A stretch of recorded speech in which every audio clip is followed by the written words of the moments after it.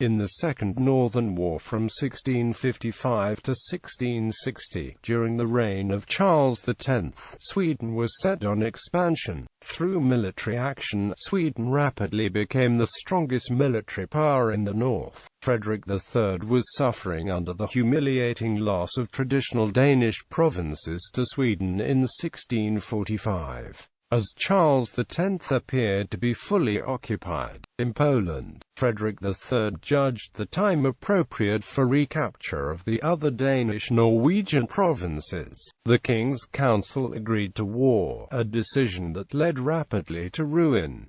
The Norwegian phase of the war went well. A Norwegian force of 2,000 men recaptured Jämtland and Härjedalen. A Norwegian force set out from Bohuslän to join the Danish force invading Sweden from Skåne. Reacting swiftly, by forced marches, Charles X brought his hardened armies from Prussia to Holstein. Surprising the Danes, he advanced rapidly against limited opposition, taking Schleswig-Holstein and Jutland. Taking advantage of the unusually cold winter which froze the ice, Charles marched his armies across the ice onto the island of Zealand, leaving the humiliated Danes with no choice but to sue for peace on any terms. As a result, the Treaty of Roskilde was negotiated in 1658.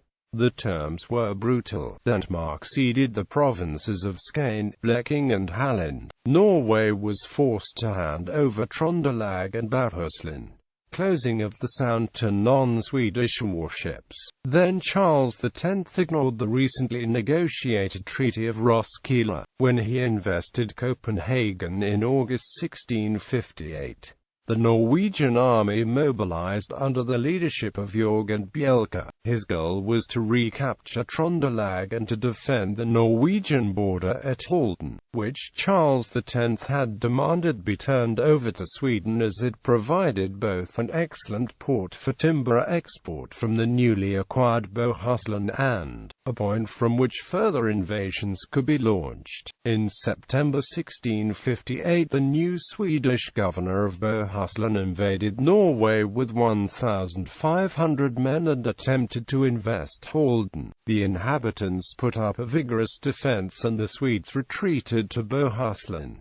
5 months later, in February 1659, the Swedes again attacked. Since the first attack, Bjelke had directed the garrison to be strengthened. Under the leadership of Thun Huitfeldt, the Norwegians again repulsed the Swedish forces. Concurrently, Huitfeldt began construction of fortifications. Kretzenstein, later to be renamed Fredriksson, was the citadel of the fortification system. In early January of 1660, the Swedish forces again attacked Halden. It was to serve as the base for their advance on Akershus in Oslo. In response to a demand of surrender, Huitfeldt stated that the 2,100-man garrison would defend Halden to the last man. After the attempt to storm the fortifications was unsuccessful, the Swedes prepared a regular investment. Under heavy bombardment, the inhabitants begged the commandant to surrender, but putting his faith in his garrison, Huitfeldt held on. On February 22, 1660, the Swedes again were forced to retreat to Bohuslän.